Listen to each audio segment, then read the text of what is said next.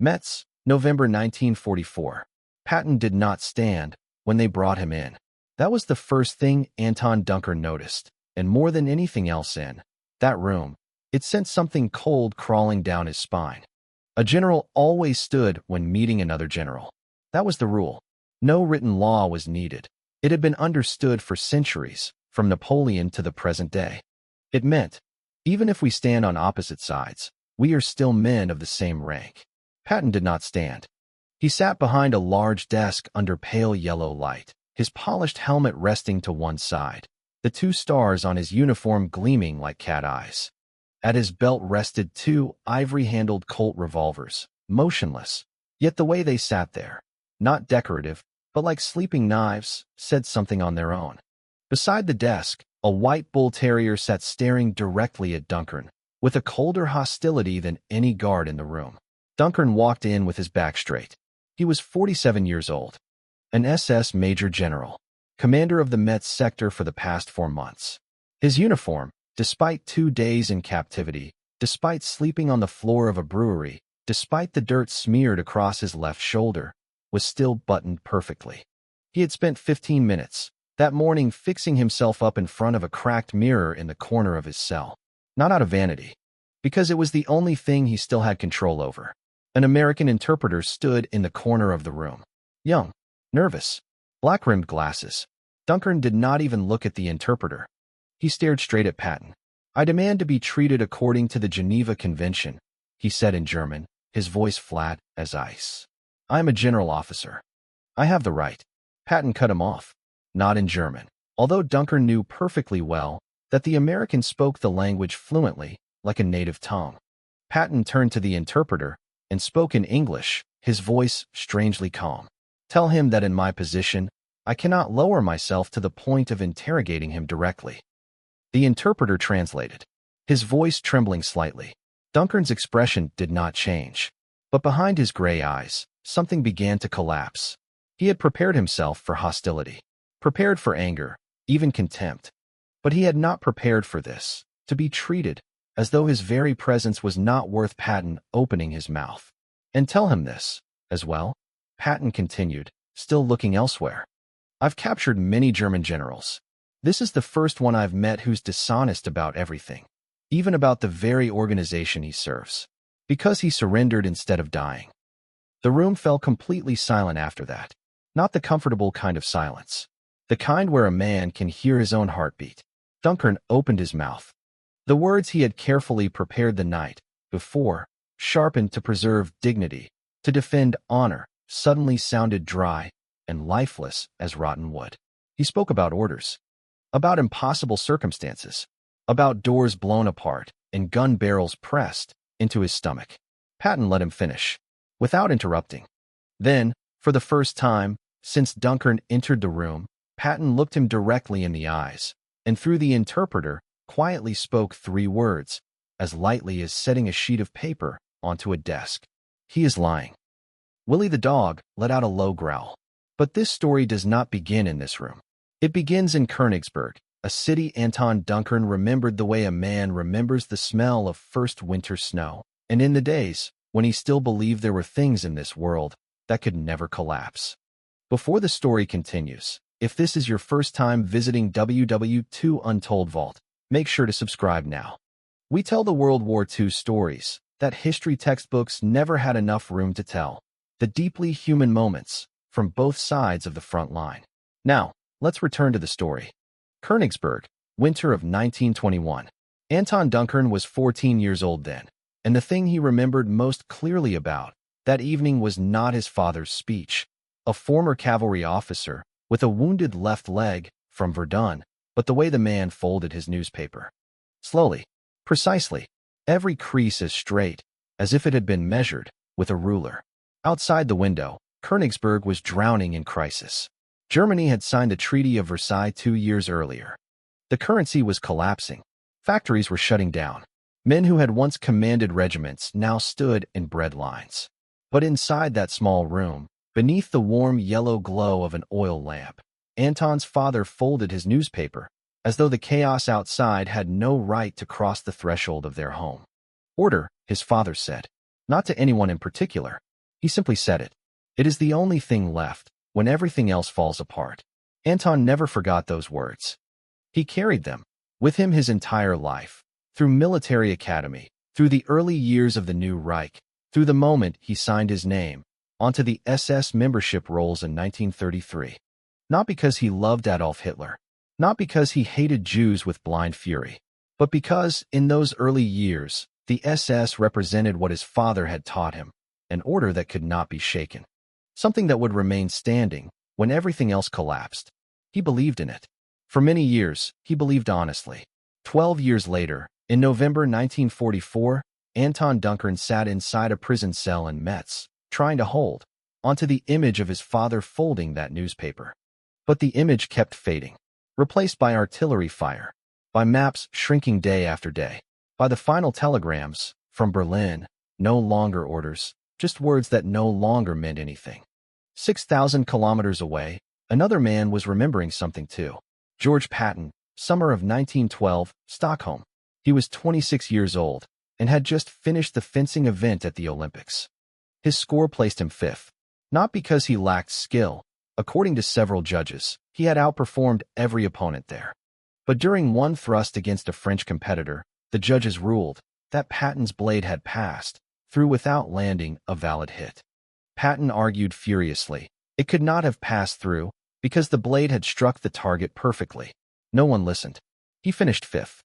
That moment, not the ranking itself, but the feeling of being denied, without just cause, stayed with him for the next 32 years. It became a special kind of fuel, the kind that does not burn brightly, but smolders endlessly, never going out. By 1944, when Patton's Third Army swept across France at a speed even German generals admitted was unbelievable, George Patton was not fighting for America. He was fighting to prove that he had been right. And he knew it. Metz became one of the bloodiest battles fought by the Third Army. Some units suffered nearly 50% casualties. The city itself was a defensive labyrinth, fortresses mixed with medieval churches, underground bunkers connected to sewer tunnels. Every building turned into a strong point.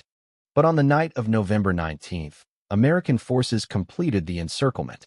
And the following morning, inside a dark brewery on the edge of the city, Sergeant Leonard O'Reilly, a former elevator operator from Brooklyn, pointed his gun at Anton Dunckern's stomach and pulled an imaginary trigger.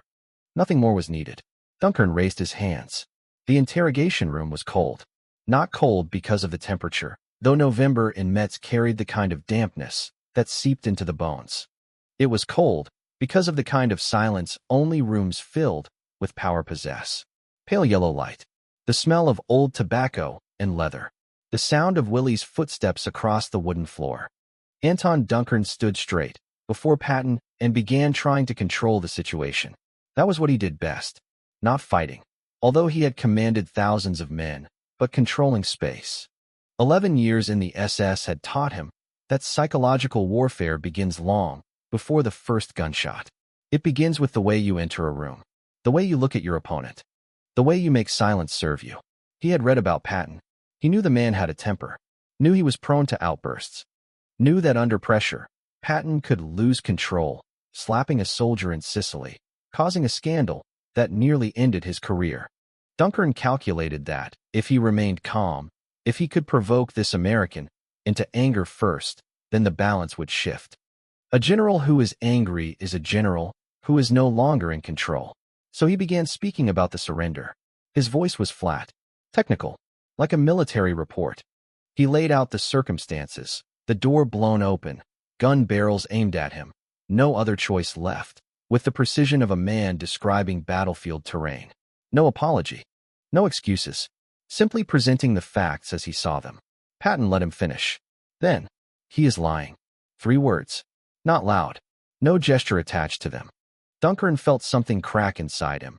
Not pride, but structure. His entire strategy had been built on the assumption that Patton would react. Argue. Get angry. That would create room for Dunckern to maneuver. But Patton did not argue. He simply placed the truth down like a cold stone. He is lying. Dunckern tried to regain his rhythm. His voice remained level, though now it took effort to keep it that way. I was unarmed. They had. If he wanted to be a good Nazi, Patton interrupted, still, through the interpreter, still refusing to look directly at him. Then he could have died. That struck the one place Dunckern could not shield. Not because it was wrong, because it was true in exactly the way he had refused to think about for the past 2 days. He had not chosen death. And within the code he had lived by for 20 years, not choosing death, after everything was lost, that was something, without a polite name. And besides, Patton continued, his tone almost bored, unless he wants to speak properly, I'll hand him over to the French. They know how to make people talk. The cold in the room changed. Dunckern knew the French in Metz, knew what 4 years of occupation had left behind in the hearts of the people in that city. Metz had been disputed territory since the 19th century, seized by Germany, after the Franco-Prussian War of 1870, returned to France after World War I, then occupied again in 1940. And during those 4 years of occupation, the SS, he and his men, had done things he no longer wanted to think about in this room. Patton knew that. It was not a vague threat. It was a precise map of the worst thing Dunckern could imagine. He opened his mouth, closed it, opened it again. I will cooperate. No raised voices. No pounding on the desk. No declaration of victory. Patton merely gave a slight nod toward the interpreter, like a man who had known from the beginning how this would end. That was when Dunckern understood he had lost, before he ever entered the room. Not because Patton was stronger, not because America had more tanks, more artillery, more ammunition, but because Patton understood a rule Dunckern had been taught, yet never truly learned.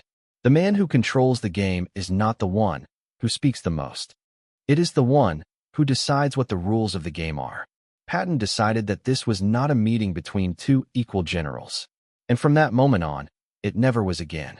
The interrogation lasted another 30 minutes. Dunckern answered the questions. Precisely, usefully, no longer trying to hide anything.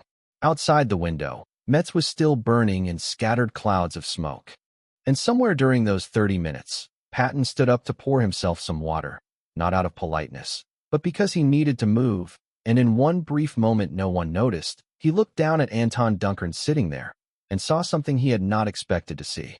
A man who had aged 10 years in 2 days. Patton looked away, poured the water, said nothing. But that moment, brief as a blink, was the only time during the entire interrogation that both men existed in the same world. The interrogation ended in the middle of the morning. 2 guards escorted Dunckern to the door. He walked with his back straight, a bodily reflex now, no longer a conscious choice. The door closed behind him with a dry click. Patton remained alone in the room. Willie climbed onto the chair across from him, the same chair Dunckern had just occupied, and lay down, as if nothing had happened. Patton watched the dog for a moment. Then he walked to the window. Seen from above, through the November mist, Metz looked like a black and white engraving. Ancient rooftops.